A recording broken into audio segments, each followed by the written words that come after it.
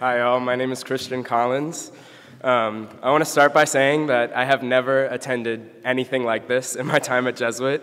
I haven't been to a grandparents' mass, a Mother's Day breakfast, a father-son fishing rodeo, anything of the sort. So it was only fitting that unbeknownst to Mr. Bagwell and Father Brown, the day after my mom convinced me to come to this, they asked me to speak. I'm obviously here to talk about my mom, Jennifer Collins. She is the beautiful one with the radiant smile right over there. When you look at my mother from the outside, you see a woman that seems pretty normal in her everyday life, singing at church every Sunday, playing tennis during the week, attending daily mass, just normal activities. Fun fact about my family, I am the fifth of 6 kids, 3 boys, 3 girls, good Catholic family. What you don't see is that my mother is one of the strongest people I have ever met. In May of 2015, my dad, Keith Collins, was diagnosed with a rare form of cancer called cholangiocarcinoma and passed away 3 months later. Our whole family dynamic changed. God. As my family mourned the loss of our favorite person, my mother stepped into action to keep my family moving along, as she too mourned over the loss of her best friend and partner. That first year was a tough one. I remember days that I rarely saw my mom because it was hard for her to get out of bed. At the same time, it was hard for her to sleep.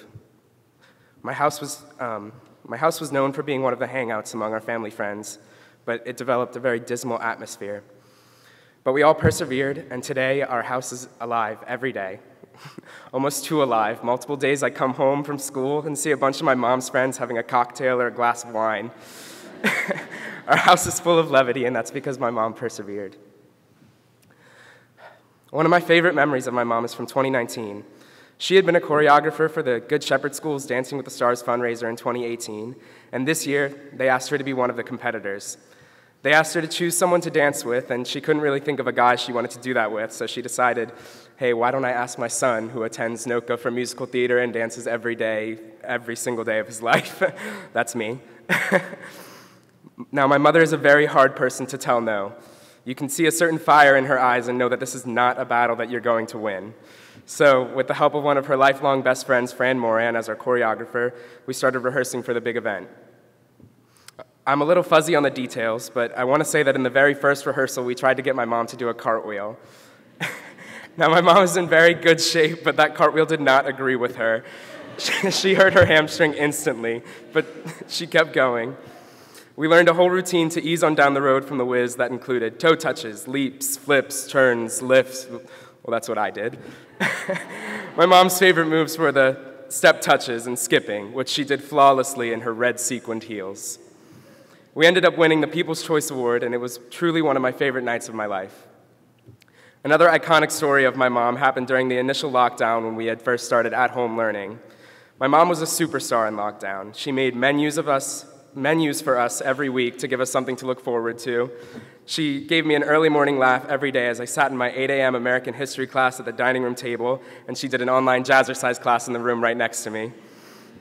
So my siblings and I decided to thank her with a little love on April 1st. We told her we'd be filming a TikTok of her waving to our neighbors. Little did she know that 2 of my siblings were waiting on the balcony to pour water on her. It was a dead hit. Right as she lifted her arms, the water came pouring down. A real Maniac music video moment.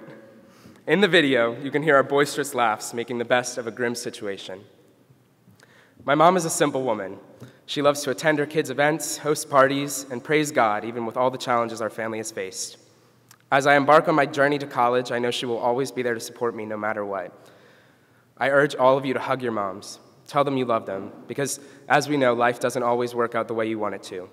But in the words of Jennifer Collins, my mom, if you keep family, happiness, and God at your center, life will be that much better.